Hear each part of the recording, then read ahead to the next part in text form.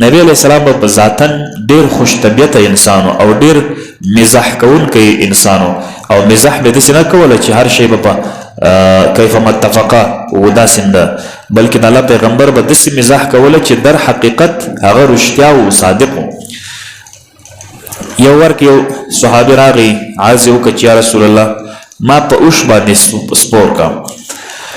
نبی علیه صلات وسلام مبارک ورته ویل چې یا زه تا په اوښ باندې نه سپروم، د اوښ په بچي تا سپروم. هغه ورته وایي چې یا رسول الله ما خو نو اوښ وړی سي خو د اوښ بچي خو نو ما نسي وړی، نو زه به څنګه په هغه باندې سواري وکړم. نبی علیه صلات وسلام مبارک ورته وفرمایله چې د اوښ بچی خو هم اوښ وي که نه، نو خو د اوښ بچی پخوا اوس اوښ سوی ده که نه، اطلاق د بچي د اوښ خو نو بر کېږي، یعنې د هېڅ اوښ چې دی هغه د ډبرې څه نه دی راوتلی بغیر د صالح علیه السلام، نو ټول چې دی هغه د اوښ یا د اوښ زوی به یې که نه، نو په هغه دې سپروم. ګوره دا حقیقت دی خو ده سره یې مزاح وکړه. او دغه شانته یو ښځه صحابیه نبی علیه صلات وسلام ته راغی چې یا رسول الله زما میړه بیمار دی مریض دی، تاسو غواړئ تاسو راسئ ورته. نبی علیه صلات وسلام مبارک وفرمایل چې ستا میړه هغه میړه دی چې سترګې سپینې دي.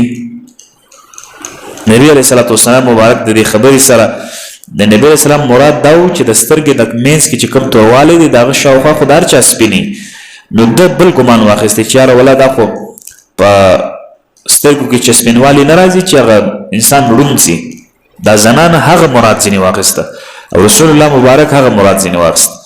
نو خیر دا خبره چې وکړله نبی علیه صلات وسلام مبارک دا خبرې د اورېدو سره دا زنانه راله او د خپل میړه سترګې خلاصوي ګوري، یو سترګه خلاصه کې وګوري، بل سترګه خلاصه کې وګوري.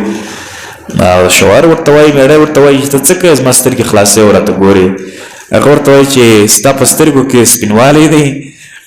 نو میړه ورته وایي چې داسې انسان خو په دنیا کې نشته چې په سترګو کې سپینوالی نه، دا خو به هر چا سره شته، یعنې دا یو مزاح و، حقیقت دی خو مزاح و.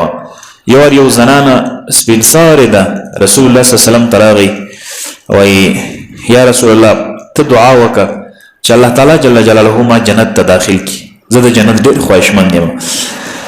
نبی علیه صلات وسلام دا بوډۍ زنانې ته وایي چې ای د فلاني موره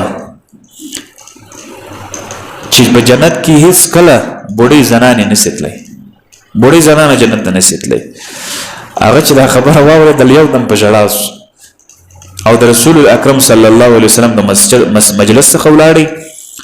نبی علیه صلات وسلام راغوښتې ول ګوره بوډۍ صحابیه ته داسې سوچ مه کوه، دا خبره ما وکړه حقیقت دی، ځکه الله تعالی جل جلاله په جنت کې چې کومه بوډۍ زنانې وفاتې سوي په دنیا کې هغه ځوانۍ بیا جنت ته داخلوي. دا خو صحیح خبره ده، بوډۍ زنانه خو جنت ته نشي تللی په حالت د بوډاتوب کې، او نه سپین ږیری سړی په حالت د سپین ږیرتوب کې تللی سي جنت. که سپین ږیری که سپین سړی د دې عمرونه به خپل عمرونه به یې ځوانه به یې بیا به روانې جنت ته. ولی الله تعالی فرمایي انا انشأناهن انشاء فجعلناهن ابکارا عربا اترابا.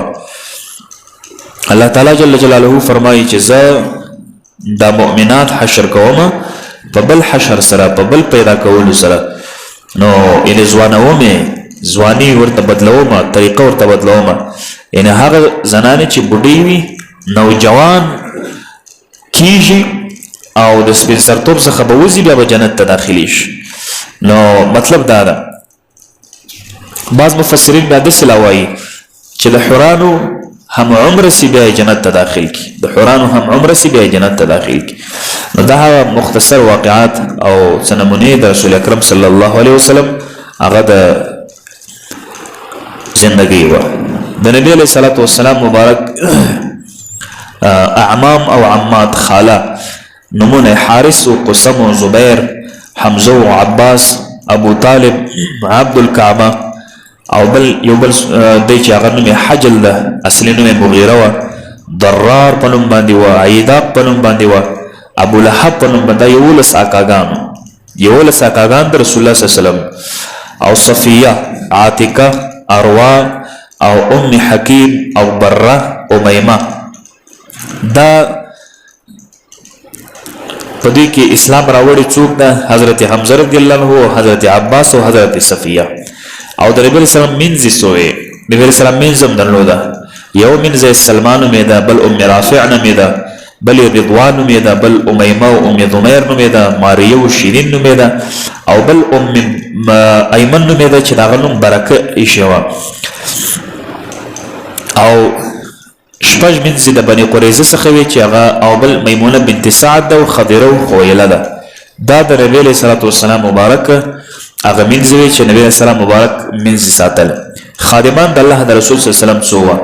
اول خادم چې 10 کاله د الله د پیغمبر سره تیر کړي دي انس ابن مالک ده، او بل هند ده، او اسماء ده چې دا د حارثه لورګانې دي، او ربيعه ابن کعب اسلمي ده، او عبد الله بن مسعود ده، او عقبه ابن عامر ده، او حضرت بلال ده، حضرت سعد ده، او حضرت زومخبر ده یا زومخبر چې د نجاشي د اکا زوی وه، او بکیر ابن شداح وه، او لیثي، او ابو ذر غفاري. دا د رسول اکرم صلی الله علیه وسلم چې 11 خادمانو د الله د پیغمبر د رسول اکرم صلی الله علیه وسلم سره به خدمت کوله، په کور کې چې څه حاجتونه وو هغه به پوره کوي. او څوکیداران د الله د رسول صلی الله علیه وسلم څو وه؟ سعد ابن معاذ دا د نبی کریم صلی الله علیه وسلم څوکیدارو، زکوان ابن عبد قیس دا دویم، دریم محمد ابن مسلمه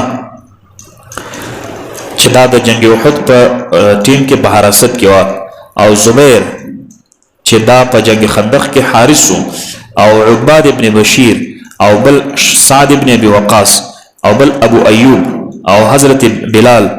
او دغه شانته چې کله رسول اکرم صلی الله علیه وسلم ته الله تعالی د آیت نازل کی چې والله یعصمک من الناس، اے پیغمبر الله تا د خلکو څخه ساتي، یعنی د خلکو د ضررونو څخه الله تعالی تا ساتي. نو چې دا آیت شریف نازل سو نو بیا رسول اکرم صلی الله علیه وسلم د خپل چوکیداران دا د ځان لري دا متوقف کړي، ول الله تعالی وعده ورسره وکړه چې والله یعصمک من الناس. مخکې دغه چوکیداران د الله د رسول صلی الله علیه وسلم سره 8 چوکیدار د الله پیغمبر درلوده.